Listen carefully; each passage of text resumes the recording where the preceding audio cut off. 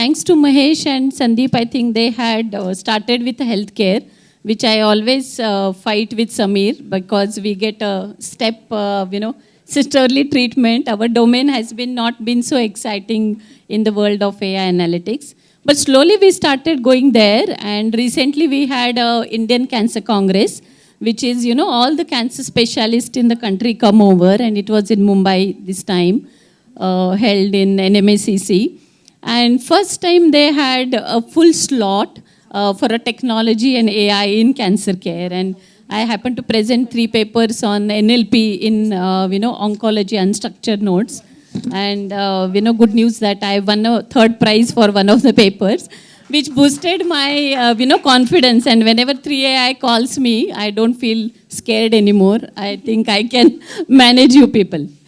So when we talk about, different verticals, all of us know that currently cancer is really increasing, right? All of you, I'm sure, would have heard about every family, every extended family is, we have one patient. And if you see even the overall agenda of a government or WHO level, cancer has been identified as one of the most, after the cardiac disease, it might be one of the most important killers of this mankind. And that's how today we are trying to see whether we can solve some of the problems. Beside the science problems, are there any problems which the clinician face, and can we solve it with the help of technology? And today we are talking in the context of a data.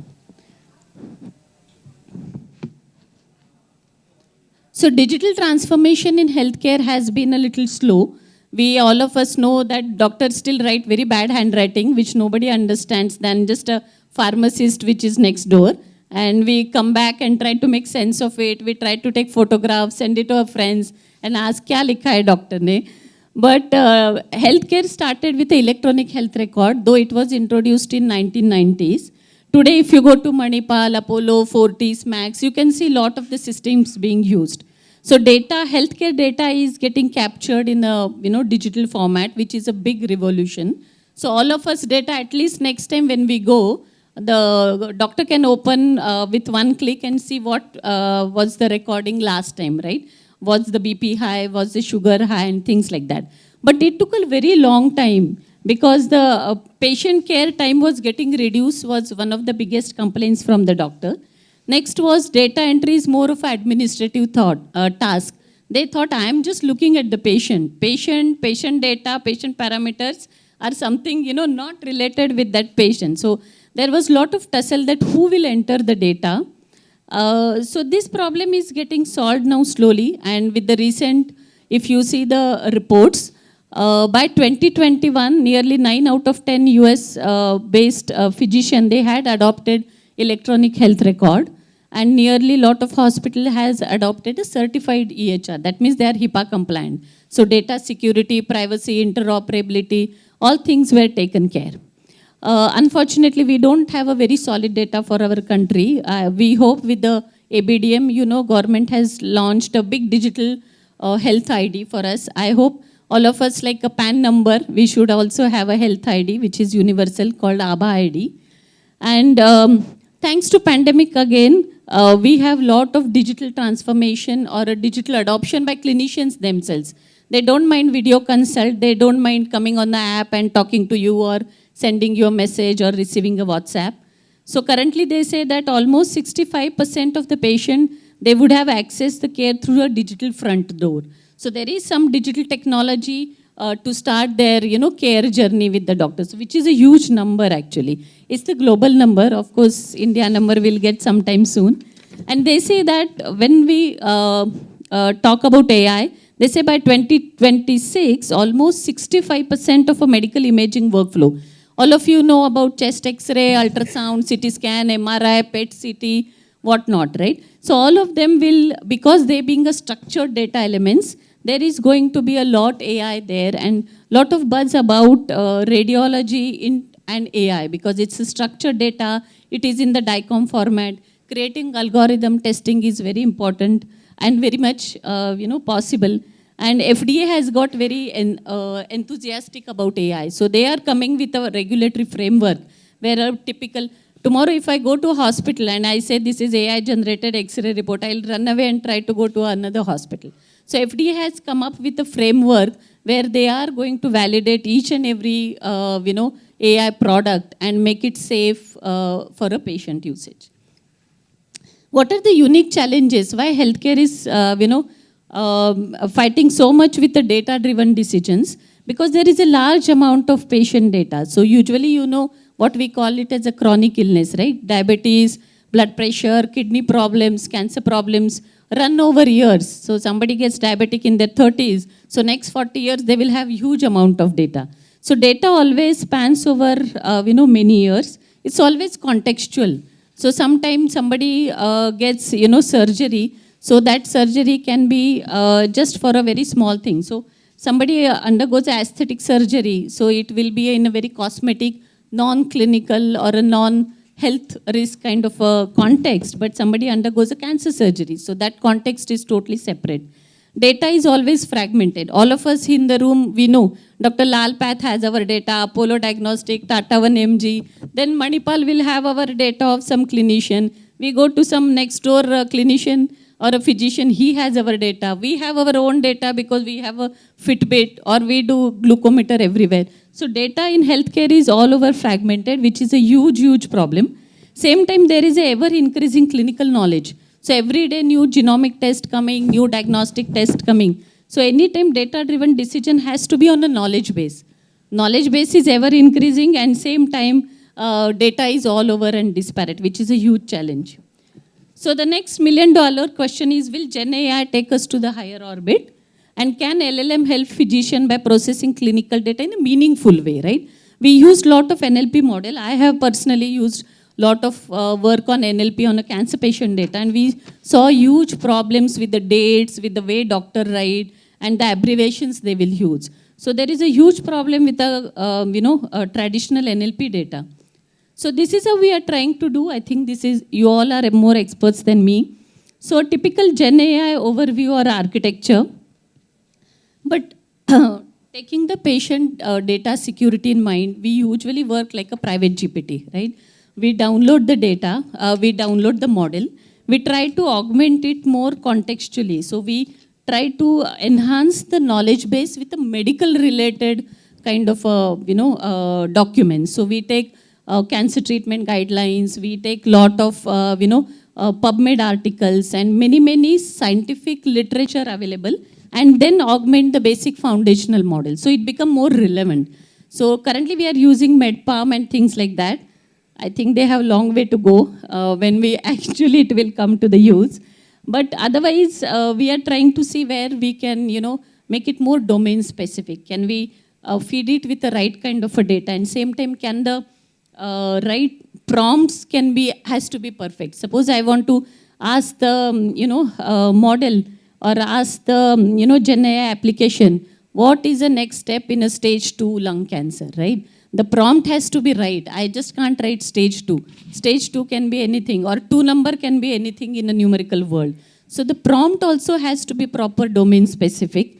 And same way, I think SMEs has to curate and augment the knowledge base.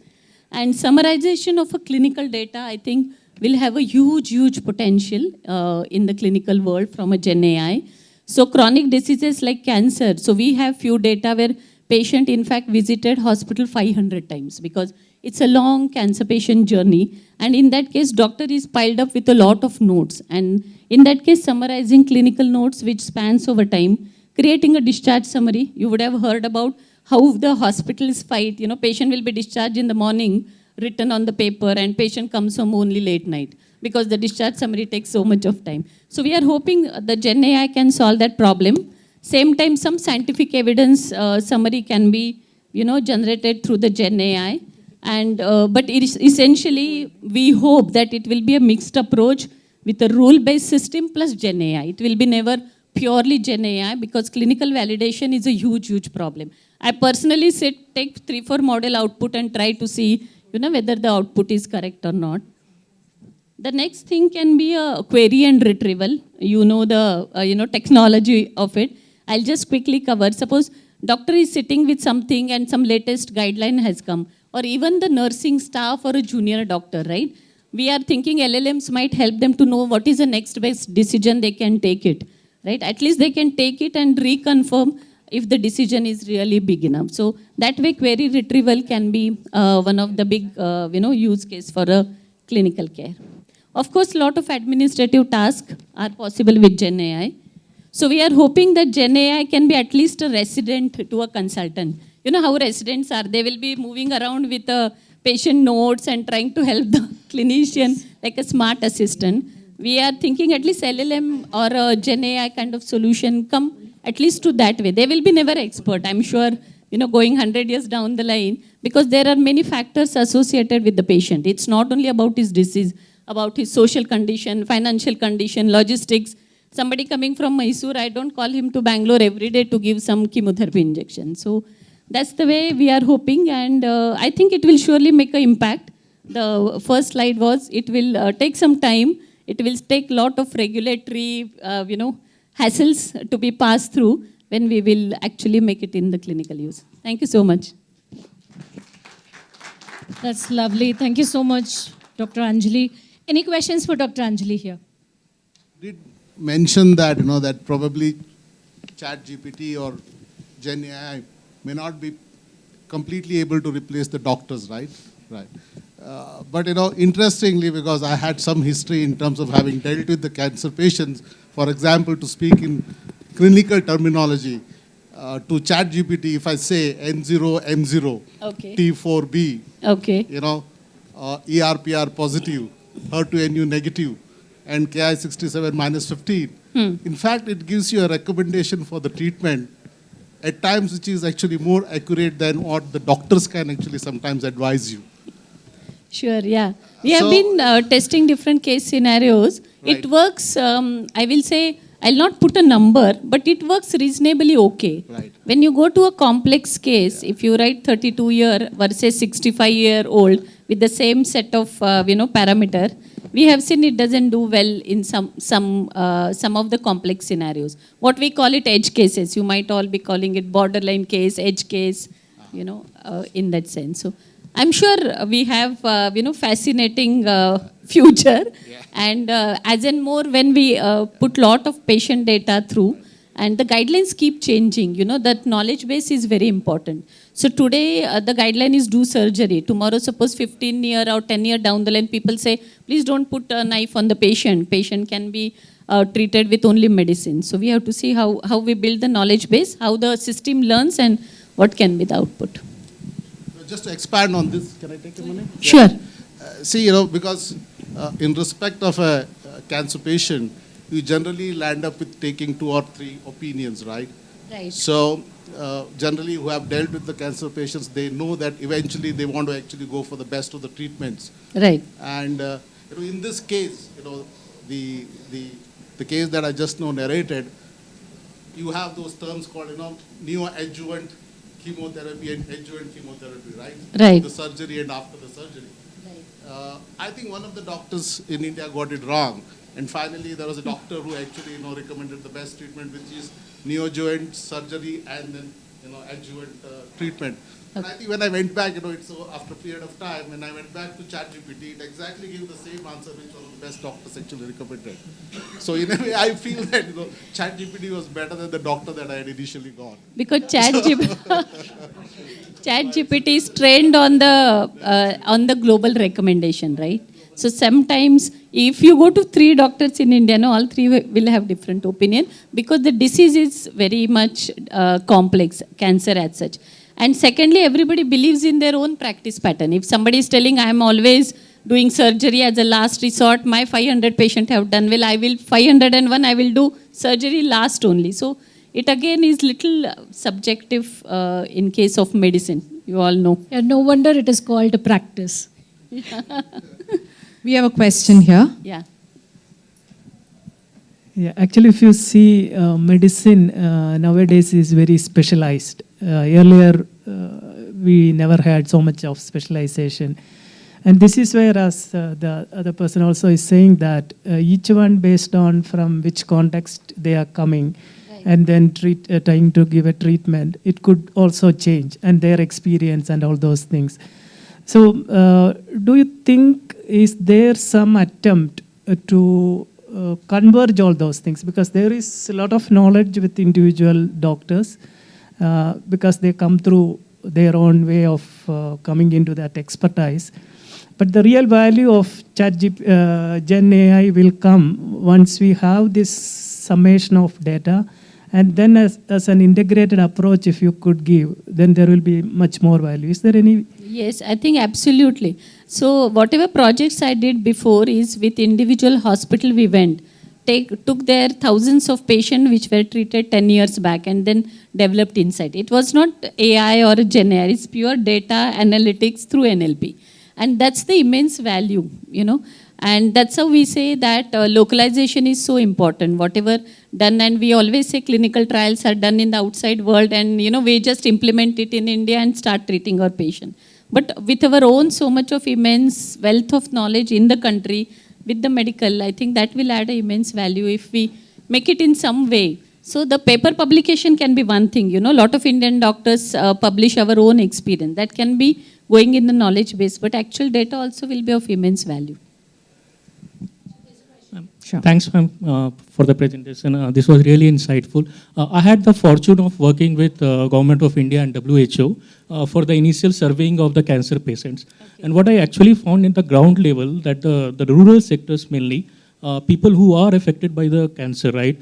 At the time that they come to know about this unfortunate disease, they are almost in the stage 3 and the stage 4, right? Right. So what I believe is if we can get hold of this technology to kind of benefit them in the early diagnosis of that, just by the symptoms that they report, because they do not have the fortune of kind of going to the doctors as well that specializes in the carcinogenic, those kind of specializations. So if we can build something and leverage this technology to kind of early diagnose them, and we can get the diagnosis rolled out in the stage 1 itself, that would be really helpful, at least for the rural sectors that I've seen so far. Of course, I think absolutely. Cancer awareness and preventive health in our country doesn't exist. We all do symptomatic health, right? We never prevention. But that's one of the great use cases. And in fact, they're trying in the African and other countries where, we will also sometime try where the end user, the patient can have that health app and then he puts out, weight loss, 6 kgs last 4 months. What is the differential diagnosis? First can be, of course, tuberculosis. Second can be, tuberculosis of the stomach and other intestine. Third can be cancer. So at least he will get aware. He has to go to a pulmonologist, chest physician and get himself. I think that will surely come forward and we will all get, more point of care kind of, or, a citizen level kind of a help from Gen AI.